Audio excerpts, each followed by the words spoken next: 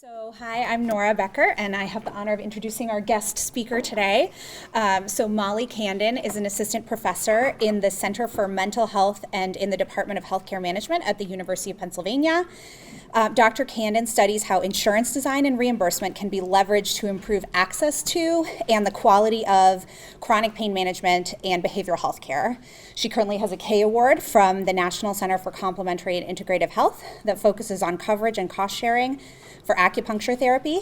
She also co-directs the Evaluation Center, a joint venture between the Center for Mental Health, Community Behavioral Health, and Philadelphia's Department of Behavioral Health and Intellectual Disability Services, where she's leading projects on data-driven suicide prevention and the differential effects of pharmacologic and non-pharmacologic treatments for opioid use disorder. Dr. Candon has a Ph.D. in economics from the University of Georgia and a BA and an MA, also in economics, from Northeastern University. So please join me in welcoming her. Thank you so much. Very excited. Thanks for having me. So as Nora said, I'm a proud University of Georgia alum, so naturally I walked to your stadium yesterday, and it is in fact bigger, so congratulations. And on the recent national championship. Hopefully we do meet each other in the playoffs soon.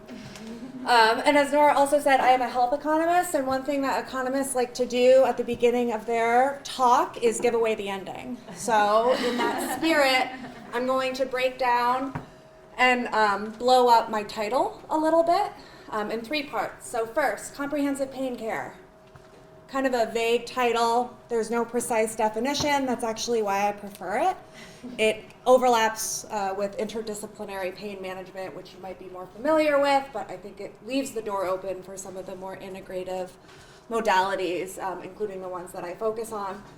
It's not something that I can reliably measure using claims data, but I'm still going to try. So there are some inherent limitations to even attempting this using the administrative data that I have access to, but I think it's still worth a shot. Second, we are not in a post-opioid world, so that's really the punchline. I will give you data to back that up. That said, a lot of folks are leading a post-opioid life, where previously they've relied on opioids to treat often their chronic pain, despite the effectiveness not being great. And now they're trying to navigate a new world without their crutch. So I like to dedicate this presentation to folks who are working through those issues right now. And then lastly, the role of insurance. So this is where I feel the most comfortable hanging out because I am an economist. But I came into this project thinking, let's just get rid of cost sharing for pain management. That's really the crux of the issue. We want to pay $50 to go to physical therapy, or do we want to pay $5 for a gabapentin prescription at CVS? I think the answer is pretty simple. So let's get rid of copays, equalize access to therapies, pharmacologic and non-pharmacologic, and hopefully that'll help us kind of work past this post-opioid crisis. I'm actually leaving this project less certain that that is going to do much of all. So I'm going to show you some data that suggests cost sharing doesn't matter as much as we thought it would, which aligns with some work that I know folks here are looking at. So I'm still kind of questioning what the right role of insurance is, and I hope to leave some time at the end where we can open it up into a broader discussion. Shout out to the National Center for Complementary and Integrative Health. I hope they're doing well in these trying times. I'd like to thank wonderful mentors and collaborators at Penn and elsewhere. 2 disclosures. First, I'm a new board member of the Society for Acupuncture Research. It is unpaid. And second, I am a patient with chronic pain. So I do not have clinical experience, but I do have a Ph.D. in pain management from the patient's perspective. So I will be tapping into that as I go through some of these data. All right, so today's agenda, I'll give you the current state of comprehensive pain care. Then we'll talk a little bit about how the role of insurance is manifested. We're going to show you some data on 2 topics. First, trends and disparities in chronic low back pain care. I focus on chronic low back pain because it is the most common and costly type of chronic pain. The second is a case study of cost sharing for acupuncture therapy. That's where I show you that copays don't matter and maybe the demand curve slopes up, which I'm still grappling with. And then lastly, we'll close with next steps. But first I have to talk about opioids and specifically the decline in opioid prescribing that we've seen over time. So this looks at 2015 through 2019 across the globe. You see first off what an outlier the States and Canada are. At the beginning, we've converged to Australia, New Zealand, and Western Europe in terms of how many opioids we use, but we still far exceed most of the world's population. If you look at more recent data, here's the opioid dispensing rate map from the CDC in 2019. You can see over half the states had a dispensing rate of over 42 prescriptions per 100 persons. By 2023, the map looks a lot whiter, because fewer and fewer states, except these holdouts in the South and the Midwest, are prescribing opioids. So my question for you is, what do we do now? We had previously relied on opioid therapy for both acute and chronic pain for a couple of reasons, none of which are good reasons, but now we are not, and now we are de-prescribing millions of individuals from opioids. And again, the question is, what do we do now? The drop-off in opioid prescribing has been shown to be disproportionately affecting people who have moderate to severe pain. So lots of concerns about their care. And this is especially the case given this survey that came out in NEJM Catalyst that asked physicians, how are you feeling about these de-prescribing of opioids and what it means for patients? And 1/3 believed the reduction in opioid prescribing was adversely affecting their patients, and over 40% believed that their organizations were not in a position to treat pain sufficiently, particularly chronic pain. So enter comprehensive pain care, again, this term that vaguely alludes to interdisciplinary pain management, as well as all of the other stuff that we might do to treat pain. So it combines a variety of approaches: physical therapy, pharmacologic treatments, including opioids when used judiciously. Some of the strongest evidence bases are for psychotherapy, so cognitive behavioral therapy, known as CBT, acceptance and commitment therapy, known as ACT. Occupational therapy is going to help you more with completing tasks and activities of daily life, but self-management, from the mattress that you sleep on to how you sit, how you stand, how you go about your day, that ends up being one of the most important aspects of your comprehensive pain care. And that's why some of the work done at Michigan is so cool, because it really focuses on tools that can be passed to patients so that they can engage in their own pain care. Comprehensive pain care also includes different clinician types. So it's best encapsulated by the interdisciplinary pain clinic, which emerged in the 1950s and included physicians, pain psychologists, physical therapists, and other provider types who very crucially met and shared a common philosophy of rehabilitation. So the key to the interdisciplinary pain clinic is that they were providing a continuum of services: access to physical exams, medication management, psychotherapy, and of course referrals as needed. But they met together around a table and they discussed cases and they changed each other's minds about what this patient was going to benefit from and what this patient maybe shouldn't try. And unfortunately, this has largely gone away. So we don't have the interdisciplinary pain clinic anymore. There were 15 to 200 or 2,000 accredited clinics in the early 1990s and just 74 in 2022. Does anyone want to guess why? Why did they go away? Opioids were in the South. Opioids, oh yeah. If you look at the share of opioids and then the share of patients going to an interdisciplinary pain clinic, they are negatively correlated. But it was actually the role of insurance, managed care specifically. Managed care paid physical therapists more if they set up shop across town than if they were working in an interdisciplinary pain clinic. So unfortunately, there was this distorted incentive created by carving out physical therapy and other elements of the interdisciplinary pain clinic and breaking up the business. So this is a paper from Holman that I'll talk about later. They talk about some of the other reasons operating margins and academic medical centers caring a lot more about operating margins. So my background's in mental health care, not a lot of money to be made in mental health care, similar with pain management, the margins are quite thin. And then, do we have any anesthesiologists here? Dang, I was hoping someone would push back on this. But they also cite anesthesiology absorbing pain fellowships as another reason that we saw these interdisciplinary pain clinics go away and more procedural-based interventions like injections take hold.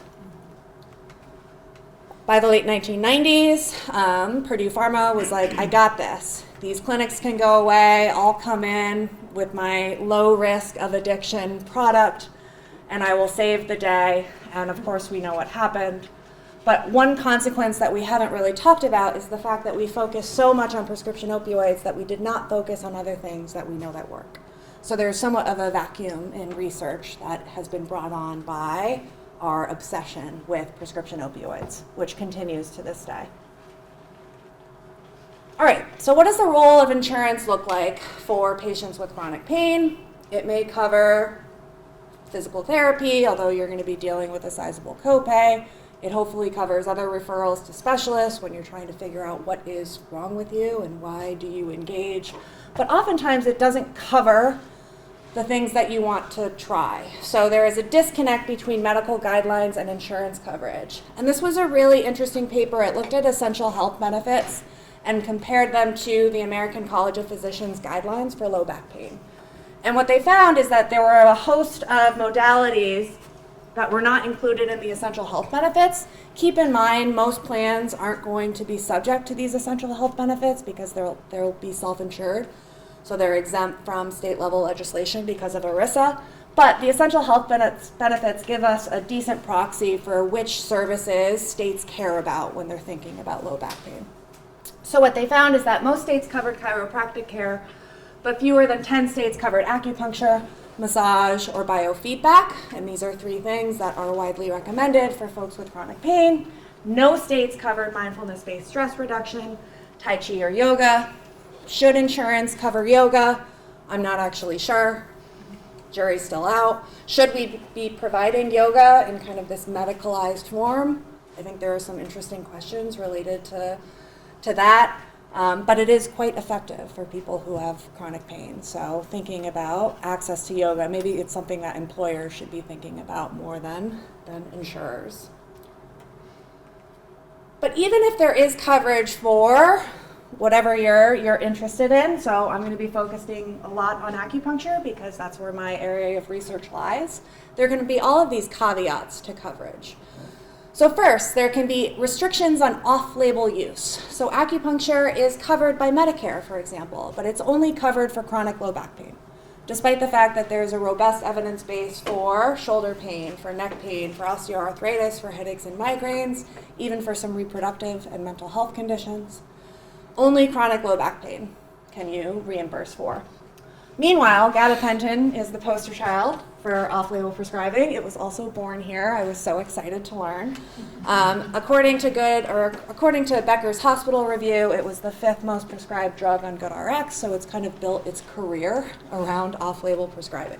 So we restrict these non-pharmacologic treatments to specific indications, but pharma, if it's approved by the FDA for one condition, it can be prescribed for any condition. Of course, you can stick prior auth on it, and there are other mechanisms to manage utilization, but I think these off-label restrictions end up being fairly problematic for patients. There can be even restrictions on which clinician types are allowed to bill. So again, Medicare covers acupuncture. Acupuncturists can't bill Medicare. There's some policy working its way through that will hopefully expand the definition of approved Medicare providers to include acupuncturists, but right now acupuncturists can only get reimbursed if they bill through a physician or approved Medicare provider. So Medicare Part B, covered in 2020, can't directly pay licensed acupuncturists for their services. And then one of the biggest problems that we face that I'm going to want to come back to at the end is what reimbursement rates look like. Medicaid in California pays acupuncturists about $20, it depends on the county, per 15 minutes. They can pay up to $60 depending on the county per session, which is about half of what my acupuncturist pays. So it's going to be a similar situation as we see in mental health care, where therapists, psychiatrists, they can just do self-pay. They don't need to accept insurance if reimbursement rates are this low. So another thing that patients are going to ultimately pay for. But what really inspired this grant, which again the rest of the time I'm going to give you some findings from, was my own insurance and my own frustrations as a patient. So up top is my coverage for drugs. We're looking at a $20 max for a 30-day supply of a generic medication, and a lot of the drugs used for chronic pain are available in generic form. Or I can pay $30 for an in-network outpatient mental health visit, $40 for a physical therapy visit, or $50 for a chiropractic visit. So what am I going to do? I'm going to go to CVS on Saturday. I'm going to pick up my gabapentin prescription. I'm going to come back to cost sharing because I think it is important, but again, I kind of gave away the ending. It may not be as frustrating as it was for me. It may not be as important as some of these other things like the reimbursement rates that we set. All right, any questions, concerns, thoughts before I get into the actual data? Cool. All right, let's talk about trends and disparities in chronic low back pain. My research questions, I hesitate to present only descriptive data, but all I have is descriptive data. Everything is visualized, so hopefully it will lead to more conversations, but probably raise more questions than it answers. But I'm curious in how the use of pharmacologic, nonpharmacologic, and interventional pain care has changed over time, knowing that opioid prescribing is declining. So the hope is opioid prescribing is declining, all these other things are going to increase, right? That's the hope. We'll see. And the second thing I wanted to look at is, are there differences in use across demographic groups, because we always care about differences across demographic groups, but I really wanted to look at differences across socioeconomic groups, and I was fortunate to use a data set that has income and educational attainment, which is very unusual. So I could see whether or not higher income individuals are able to afford those copays versus lower income individuals. So my data are from Optum. I only have access until October, so I'm scrambling to get all of the papers finished, and unfortunately there are all of these things I would like to look at that I'm not going to be able to look at.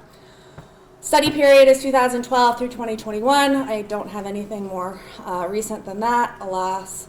My study sample for this paper were patients with chronic low back pain, which I define as having a low back pain diagnosis that occurred at least twice and over 90 days apart, 90 days being the agreed upon threshold for chronic pain.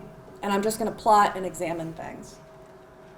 So here are the trends in the pharmacologic treatment. I feel like I'm calling a horse race, like in the beginning, you know, the lead, and then I wish I had was better at accents, but what we see is opioid prescribing happening at a somewhat absurd rate. So almost 2/3 of patients who had chronic low back pain had an opioid prescribed to them and filled. This is insurance claims data.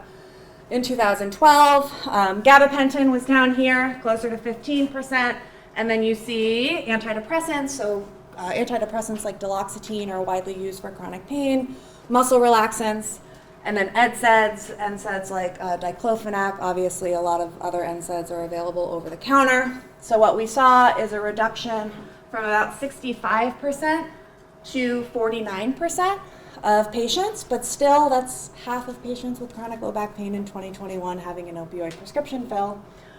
You did see an increase in antidepressants. One thing I didn't do was tease apart the antidepressants that we think are used for chronic pain versus the antidepressants that are used for depression. So this may just be capturing more depression. It's a chronic pain cohort, so it's definitely a possibility. But the other big takeaway is look at gabapentin increasing to nearly 30%.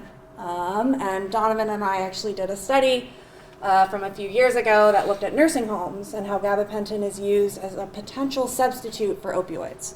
So what we think is some folks are being taken off opioids and then being put on gabapentin, despite the fact that the evidence base for gabapentin for most pain conditions is not that good. So we may have a drug that is safer in terms of its profile than opioids, but we don't have a drug that is necessarily more efficacious. Well, did you look at intermittent use versus chronic use? No, I didn't. So that's a big part of it. We don't really know how are these short acting, are these long acting, and how long folks are on it. Whether people are taking it through most of the year versus sort of for acute flares. This is whether or not they had one or more opioid Okay. prescription fills. Kind of related, but is the denominator, which is the distribution of intensity of low back pain, largely fixed over this period, or is there any reason to believe that might change? That low back pain is getting Yeah. worse? Yeah, is that Oh, intense? that's an interesting question. Maybe. The cohort is aging over Okay. time, so it might be getting worse over time, which means this could have declined more if I risk adjusted the cohort. Interesting. No, something that I would like to look at. Do you know the mix? So the Optum Informatics includes both the commercial insurance and their Medicare Advantage Yep. population. Do you know if that mix is changing over time? More Medicare Advantage over time. In my sample, it was about a third Medicare Advantage across the years, but I can't remember what it was at the beginning versus the end. All right, so again, the hope is, besides gabapentin, all of the other treatments that are non-pharmacologic are going to increase, right? Not really. So the non-pharmacologic trends were fairly stable. Chiropractic care was the top modality, followed by physical therapy, and this is the code for physical therapy evaluation. So that first visit you have, there are a lot of codes that physical therapists, chiropractors, and occupational therapists use. So it's hard to identify each of the categories reliably. We do see a little bit of an uptick. We see a COVID impact on physical therapy especially, which I'll come back to in a bit. So there might be an upward trend. This is when the CDC came out with its guidelines for prescribing opioids for chronic pain, encouraging more use of these non-pharmacologic treatments. Psychotherapy, which may not be targeting the chronic pain, but will hopefully have benefits to the chronic pain, hovered around 10%. We have acupuncture, and then lastly, occupational therapy, which was quite low. And then the last batch of treatments we looked at were interventional. This would include the spinal cord stimulator, which I could also go on a rant about. But I focused on injections, epidural, facet joint, sacroiliac, trigger point injections, which are becoming quite popular. Those facility fees are lucrative. And what we see is actually a decline in epidural injections and fairly stable. The one increase that we are seeing is radiofrequency ablation, which is a minimally invasive procedure. But what I would like to point out is if you added the injections together, it would surpass physical therapy. So more people are getting injections than PT. All right, so the question is, who is getting these various treatments? Like most insurance claims databases, I have access to demographics. So here we are accounting for sex. One thing that I'm always concerned about in mental health care is utilization by men. We see underutilization of mental health care by men, despite the fact that they're overrepresented in mental health adverse outcomes like suicide. And once again, we're seeing this underrepresentation of men in chronic care or chronic pain management, which I think is something to be concerned about. So we see less use among men for antidepressants, gabapentinoids, muscle relaxants, NSAIDs, and opioids. The only modality where they are overrepresented is chiropractic care. Next up, race ethnicity, and this was unexpected. We actually found, now this is conditional on getting a chronic pain diagnosis, so there are plenty of disparities and other types of disenfranchisement that can happen before that chronic pain diagnosis, but we actually found that, at least when it came to opioids, Black patients were the most likely to be prescribed an opioid, followed by white and Hispanic patients, followed by Asian patients. And consistently, Black patients were most likely to receive a prescription. Asian patients were least likely to receive a prescription. In terms of the non-pharmacologic treatments, you see a lot more literacy of acupuncture in the Asian community, so you see much higher rates of acupuncture use there, almost 1 in 3. Chiropractic care, Asian patients were also quite well represented there, along with white patients, and then not as discernible a difference for physical therapy or for psychotherapy. Socioeconomic status is where I was, again, most interested because of this cost-sharing theory. And we were able to look at two components of socioeconomic status, educational attainment and income. And here you see an interesting divide between the college and the non-college educated. So blue bar, high school or less, orange bar, 1 to 3 years of college, including an associate's degree, and then the gray bar is 4 or more years of college. And what you see is this ends up mattering more than demographics. And if I showed you my regression results, you would see socioeconomic status accounting for a lot of this variation. So college grads are less likely to use drugs and more likely to use non-pharmacologic interventions. And this is imputed SES, isn't it? It is, yeah. So is income. I think it's TransPerfect. I can't remember what company they use to generate these data, but yes. And it's missing for a number of folks. I didn't include the missing folks here, but They're they not tend to look. wholly transparent about their algorithm or its accuracy. Race is actually also imputed. Yeah. So, yeah, limitations of the claims database. But look how monotonic this is. So, light blue, under 40,000 in annual income, darker blue, above 100,000.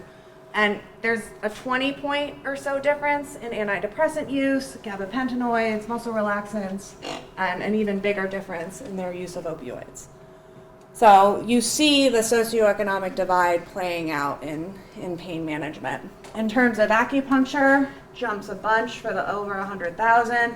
We see the same relationship for chiropractic care, a little more muted for physical therapy, and not as obvious for psychotherapy, but I think that's because as you get higher income, you're less likely to go to an in-network therapist. You're able to pay out of pocket. So I think that's one of the bigger drivers. So question is, what are the mechanisms that are driving these differences? And like, can we think about a conceptual model that breaks down all of the different components that are driving these disparities that we are seeing? And I've come up with 2 buckets. And the first bucket is access to care. What are the barriers and facilitators to access to care? A big one is utilization management, which could include cost sharing, could include prior authorization, could include these other mechanisms that payers and employers use to affect their access to care. I think a big driver is referral management. What is your primary care physician or nurse practitioner recommending when you come to them in your state of acute pain that is slowly turning into chronic pain? There may be barriers in proximity to pain care clinicians, so having a local acupuncturist could be hard to come by. Drugs, you're more likely to have access to a pharmacy than a physical therapist. One thing that I am convinced of is this 4th bullet point, specifically the last one. So I have an acupuncture appointment tomorrow at 4. I'm going to get to sign off at 3:45 and walk over and go to my appointment, and I don't have to worry about PTO. So when it comes to lower income individuals, do they have access to PTO that would allow them to go to physical therapy or acupuncture or the chiropractor? So it's not just transportation. They've done a number of studies on giving Uber rides to folks, and it hasn't had the impact that we have expected. Providing childcare is a really cool idea, but maybe outside the scope of the healthcare system. But when it comes to employers thinking about PTO and what that can do for someone who is in pain, I think it's something to think more about. And then, of course, systemic discrimination, maybe driving some of the differences by race, by sex. So that's our first bucket. But I think the second bucket is potentially more interesting, at least from a kind of an intellectual pursuit, because it can drive what we think is going to work. And for someone in chronic pain, you are in charge of your own care plan. You become your own physician. And having literacy surrounding these different modalities ends up being a really important component of what you're going to try. So first, literacy, knowing what acupuncture is, knowing that there is an evidence base for acupuncture is not something that is going to happen automatically. And this is literacy for the patient and for their provider. So we see, again, coming back to that referral management, a lot of potential for barriers. So there's definitely overlap between here. And then again, this feeling of agency. When you have chronic pain and you're navigating through the system that isn't working for you, it's really easy to lose steam and to stop trying. And I think feeling agency over your care plan ends up being a really important part of trying acupuncture for the first time. So I'm curious, any other mechanisms you can think of that may be driving some of these differences? Where does your, earlier on you just demonstrated that like the copay on pharmacological drugs and the copay on, acupuncture are dramatically different. So where does cost fit here? I'm throwing that into utilization management for access to care, Okay. but I think it could probably be its own category. Yeah. Were you able to look at raises of opioid deaths also? Not in this study. Because I think even if you just look temporarily in the cross demographics, one thing that was always brought up during the opioid epidemic or the increases in deaths was how there were differential perceptions of how it was perceived by society in terms of how much of a price it is. Since the demographics compared to like the crack epidemic in the 80s were very different. And I wonder if that affected who people were willing to prescribe to. As in, certain black communities, people didn't necessarily see them as victims of the opioid crisis because they weren't preferentially dying. Whereas I think like white patients, particularly like middle America, were seen as dying if people did aggressive measures to try to reduce opioid prescribing and things like that. What So an interesting point. I wonder if you would see some effect on that, like people perceiving it's like, oh, you're not at risk for dying, so you don't matter. It doesn't matter if it's not a problem. Yeah. I only have census regions, so I wouldn't be able to look at like state level differences and overdose deaths, but I think that is Even potentially. nationally, you probably might see it because I think like a lot of the conversation was national. Yeah, So, yeah. and you could probably just track it over time. I love that idea. Thank you. Yeah. What about type of work? Yeah. So people who have more manual type jobs or have to be on their feet. Would there be a preference for like a pain medication for those folks? Yeah, they don't have time, and that ends up being a big part of, I guess, this last one, paid time off. They need to get back to work. We also see, for example, men overrepresented in these more manual labor jobs and underrepresented in our data. So even for pain medication, so it is something to dig into. All right, so this was part of my AIM 1. My AIM 1 was actually looking at acupuncture use over time, and I'll show you some data on that. But one of the side questions was, what are they doing kind of in addition to their acupuncture? And what I can say is if I were to show you like acupuncture use and non-use, acupuncture users are high income, they're college educated, they're more likely to use other non-pharmacologic treatments, they're less likely to use other medications. But I thought these overall trends and disparities were worth exploring and, again, raise more questions than they answer. All right, on to AIM 2, and this is my destruction of cost sharing. All those seem to be more patient-centered mechanisms. You kind of touched on provider mechanisms. Yeah. But, often in the literature there are kind of provider practice, signature, certain provider groups or high refers, low refers. Organizations have certain signature styles of practice. Do you factor that in anywhere in your model? I'm bucketing it into referral management a little bit. I think that first primary care physician or nurse practitioner is so important because they're dictating kind of the first, we know that the first provider type matters. And I wish, are any anesthesiologists here yet? I wish they were here because if you look at, what happens if you see an anesthesiologist at the beginning of your episode versus your likelihood of getting a spinal cord stimulator spikes compared to seeing a chiropractor or a physical therapist. So some primary care groups have better access to pain management clinics, in the same building or down the hall. Yeah. Others, it's a real barrier to get people into pain clinics. No. And it sounds like Michigan is doing it quite well. I've had a number of conversations the last day about how primary care is thinking about chronic pain and comorbid substance use, for example. A lot of the primary care folks that I talk to at Penn are like, you got pain, I don't really know what to do. We got a 3-month or a 5-month wait for the pain psychologist. You can go to physical therapy for a third time if it's, maybe that'll work. But I think the frustration with that initial pathway is just as much on the provider side as it is on the patient side. Can you think of other provider-based mechanisms. Well, and I wonder, just in your data, could you explore, like, look at, kind of where people went for their first Yeah. pain-related visit, and kind of what's the practice pattern Yeah. of that provider or that group? And Yep. kind of profile that in terms of pharmacologic management, referral patterns. And No. use that as Every a predictor. reviewer I've had is like, turn this into a cohort study and track them over time. That was, and everything right now is cross-sectional, so definite limitation. I do think like there is a kind of a hidden cost that you can't see in claims data of like just sort of the ease of getting from one provider to another, right? Like I think about as a Frictions. PCP, like it's really easy for me to refer somebody with chronic back pain to our like multidisciplinary chronic back pain clinic, right? Where they're gonna get like PT, meds, and injections, like kind of all in the same place. But like if somebody wants to go see a chiropractor, I'm like, okay, well, just like Google chiropractors near you, and then like give me those people's fax numbers, and I'll send a referral. Like Yeah. it's just not, Yeah. So the agent, it combines like patients have to have a lot of agency to find and access the modalities where like the path is not kind of well worn and smooth, right? Yep. Well said. Yep.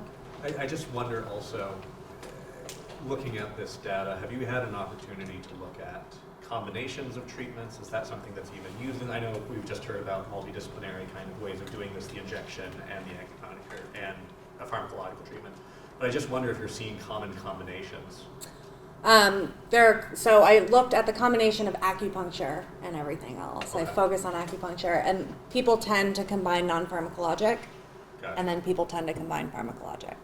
And there's a divide between the two, and I think it's largely socioeconomic. So college-educated, high income, they're going the non-pharmacologic route. Lower income, less than college-educated, they're going pharma. And I take it there's not in this data that you're working with right now, there's not a sense of like tracking the outcomes in terms of any successful pain reduction and what combinations are working. We did some outcome analysis looking at opioids, but it's not a rigorous cohort like sort of study, so I hesitate to talk about those as outcomes. But it is suggestive that non-pharmacologic, at least the problem is we don't understand their preferences. So they may be less willing to go the opioid route, and we can't tell if it's because they have less pain. Gotcha. Yeah. Jade? Was there information about dry needling in there as well? Dry needling. Yeah, that's a whole story of my co-author and I talked about a colonization of acupuncture paper, and we were going to focus on dry needling. They have different codes, so we have focused largely on acupuncture, but I do think some physical therapists are billing for acupuncture therapy, at least in our data. Can you say a little bit about dry needling? It's like acupuncture except fast. So there's about a 90% overlap in the pressure points that they use for dry needling versus acupuncture, but they tend to go in and come out, whereas with acupuncture needles, you put them in and you wait about 20 minutes and then you take them out. And then I've seen pictures of people getting dry needling and they have like 14 needles in one point. So the concerns from the acupuncture community is that the bar for dry needling is much lower than the bar for acupuncture therapy. So you can get some continuing ed and start dry needling, and it doesn't have the same rigor that a school of acupuncture would have. I don't think I could have said all that. Oh, but your husband. Yeah, no, but I just want to know. Could you answer the question? Yeah, okay. All right, so let's talk a little bit about acupuncture. I recognize that we are nearing time, so I will try to get through this quickly. This is my aim 2, and this was, again, the inspiration for this grant is my frustration paying a $50 copay for physical therapy and a $5 copay for gabapentin. So the idea of this study is to explore whether or not cost-sharing arrangements affected the use of acupuncture. Acupuncture is a traditional Chinese medicine. One of the issues with providers referring to it is a dissemination problem. There is this meta-analysis from Vickers that is considered the best synthesis of the evidence, and it points to its effectiveness for a variety of acute and chronic pain conditions. It's also widely recommended. The ACP, the Joint Commission, HHS, FDA, So it's, again, this disconnect between medical guidelines and access to care is striking. About 2% of Americans use acupuncture in any given year, and part of the low uptake may be driven by inadequate insurance coverage, both on the extensive margin, so does your insurance plan cover acupuncture, and then the intensive margin, thinking about the cost-sharing arrangement. Cost-sharing kills, potentially. So there is a wide variety of literature that has looked at cost-sharing, which includes copays, coinsurance, and deductibles. It shows that it affects the use of preventative care, the timeliness of accessing care, adherence to essential medications, and especially through this last mechanism, mortality. So that paper from Chandra et al., I think it may have been published finally. It's an econ paper, so it takes 10 years to come out. I would argue that cost sharing is more important than ever because of the proliferation of high deductible health plans. So we saw 20 years ago, only 4% of families in an inflation-adjusted, with an inflation-adjusted deductible of over $2,000, and now about 30% of covered workers have, for family coverage, a deductible of $2,000 or more. And then I mentioned it had been widely studied. The RAND health insurance experiment is the OG in terms of understanding the effect of cost sharing. And what they found is that the demand curve slopes down, so prices go up, utilization falls. So that was my expectation going into the study, is that the demand curve would slope down.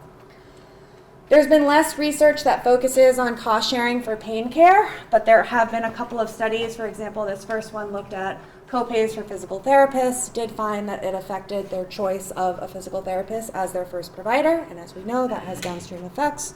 Some studies have looked at high deductible health plans, no obvious impact there, so it didn't affect the continuity of physical therapy regimens. But no study, to our knowledge, have explored cost sharing for acupuncture. There was one survey that suggested that copays were higher on average for acupuncture compared to some of the other non-pharmacologic treatments. And then we know that non-pharmacologic treatments are more expensive than the pharmacologic ones. So the research question here, are cost sharing arrangements associated with the utilization of acupuncture? Well, again, using Optum. This time I'm focused on patients who used an in-network acupuncturist, who do exist, apparently. So some insurance plans not only have acupuncture as a benefit, but they also have acupuncturists who are in-network. The reason we focused on them was because we wanted to make sure cost sharing was complete, cost sharing information was complete. And then we looked at utilization across mean copay amounts, so 0 to 20, above 20, and then the mean share of spending paid out of pocket, less than 20, over 20, expecting utilization to go down as out-of-pocket spending went up. The differences I alluded to earlier, acupuncture users more likely to be high income, so half of the acupuncture users were high income versus 37% of other people who had their plans, more likely to be college educated, more likely to be Asian, slightly older, more likely to be female. One thing I want to point out is there were 12,000 plans or so that had an in-network acupuncturist and over 300,000 plans in the data set. So a very small minority of plans actually covered acupuncture. They did tend to be larger employers. And one thing I would like to plug is that I asked Penn to cover acupuncture last year, and they said yes. So if your insurance plan does not cover acupuncture, you can just ask them, and sometimes they say yes. So it's worth looking into. You may be wondering, what does it look like over time? I swear every paper that I'm writing right now is just a bar chart of acupuncture use over time. We do see an increase. COVID had a big impact on acupuncture therapy. And of course, it had a big impact on all of pain management, but we haven't seen acupuncture recover. So we actually see lower rates in 2021 compared to 2019. We did look at other treatments. So like this is chiropractic care, look at physical therapy. These are quarterly trends, and you see a big impact, but they recovered quite quickly. So they were able to transition to this post-COVID life pretty successfully. We don't fully understand what happened to acupuncture, except to say that a lot of them are small businesses and they didn't have the backing of a large health system. So we think folks went under, left the field altogether, something we're grappling with. Pharmacologic treatments barely impacted. So that translated the best to pandemic living.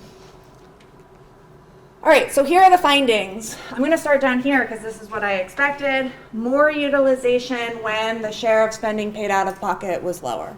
So about 0.8% of plan members used acupuncture when their share of spending out of pocket was below 20%, compared to 0.4%. The copay findings, I have no idea. So a $0 copay was associated with less utilization than a $20 copay. And I'm very much troubled by this. We have a number of like post hoc hypotheses which feel wrong. We think $0 copay plans are different in other ways. So they may have caps on utilization. They may have fewer in-network acupuncturists. They may have different patient selection into the plans. So the patients who are selecting those plans are less likely to want to use acupuncture. But it makes no sense. So demand curve, at least when it comes to the copay, slopes up. So it's one of those findings where I got to publish it somewhere. It's part of my K. I don't really know what to do with it. How large is the group in the $0? Is that a small? It's like 40,000 people. Out of 12 million? It was about 40,000 out of 12. There were 100,000 acupuncture users. There were 12 million plan members that had an acupuncturist in network. So it is a very small group relative to the denominator. So it just may be very atypical. Yep. Yeah, and this is the largest data set that I'm aware of to be able to look at this, so I'm not really sure what to do with it. Number of acupuncturist visits, not as alarming in terms of the relationship between copays. And once again, we see more visits when share of spending out of pocket is lower, which is what we would expect. All right, but there's so much we don't know. When I look at insurance claims data, I don't actually know if they're covering acupuncture. We assume that if they have acupuncture claims that they're covering it, but I can't see the plan benefit design, so I don't really know what the arrangement looks like. We think that these $0 copay plans may use more utilization management, or there may be a lot of patient selection into the no-cost sharing plans that make them less likely to use acupuncture. We don't know how many acupuncturists are in network. Acupuncturists account for about 60 to 70% of acupuncture claims. We don't see a lot of physical therapists because they're billing for dry needling. We do see internal medicine, family medicine. Some chiropractors are also board certified in acupuncture, which is interesting.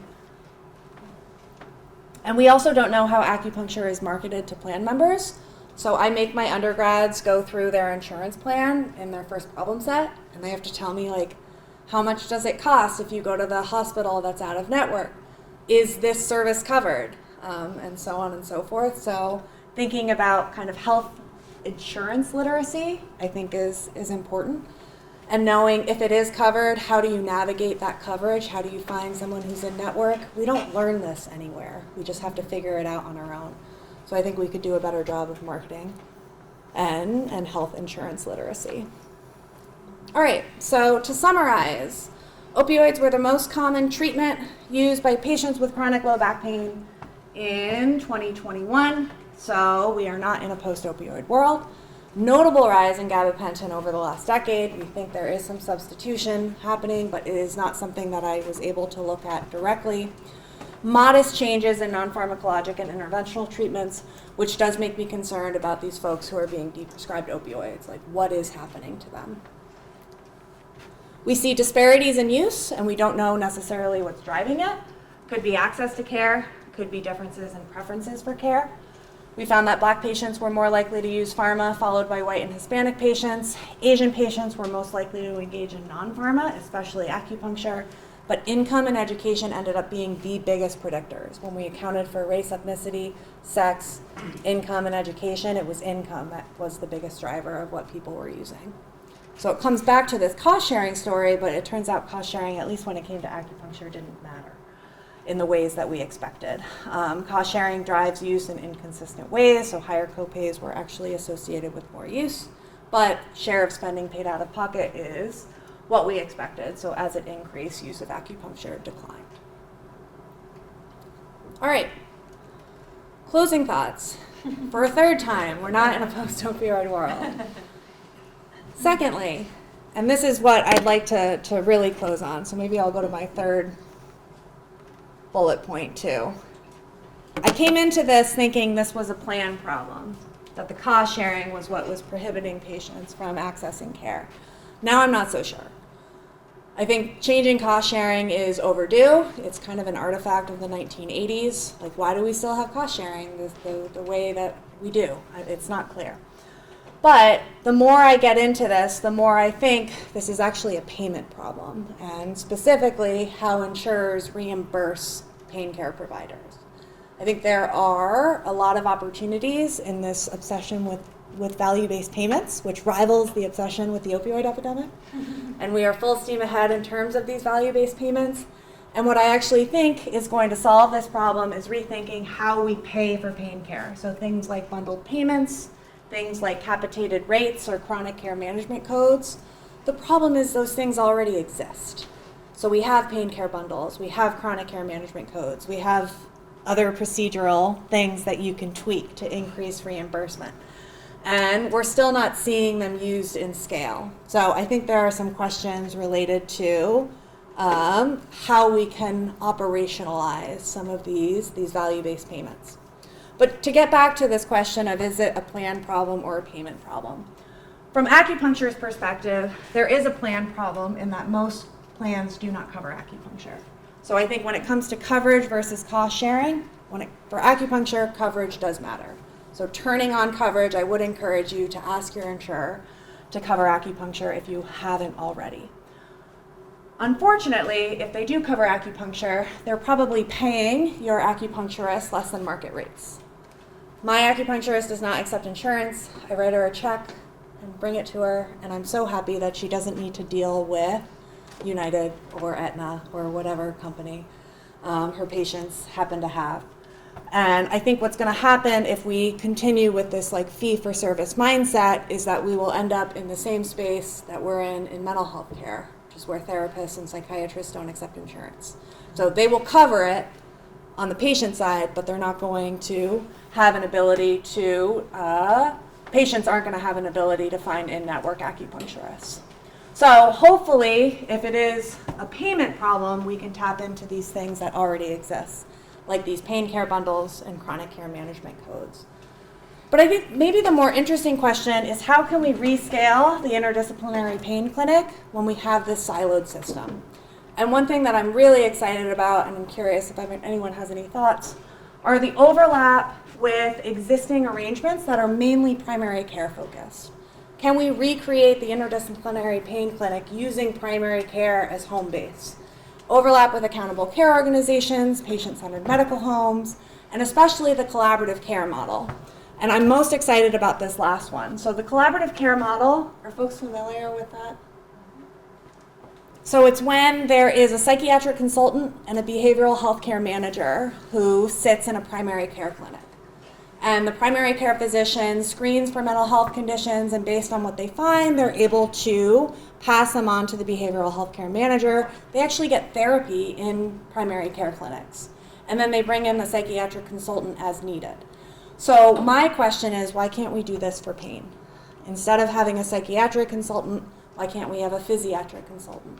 Instead of a behavioral health care manager, why can't we have a health coach who's helping folks figure out these amazing self-management tools that University of Michigan has put together? So that's what I'm most excited about, is this idea of rescaling a pain clinic that is providing comprehensive pain care, but utilizing pieces we already have, namely primary care. So that's all I have. I know we have about 5 minutes, so I'm happy to take any questions, or you can go on to your next meeting.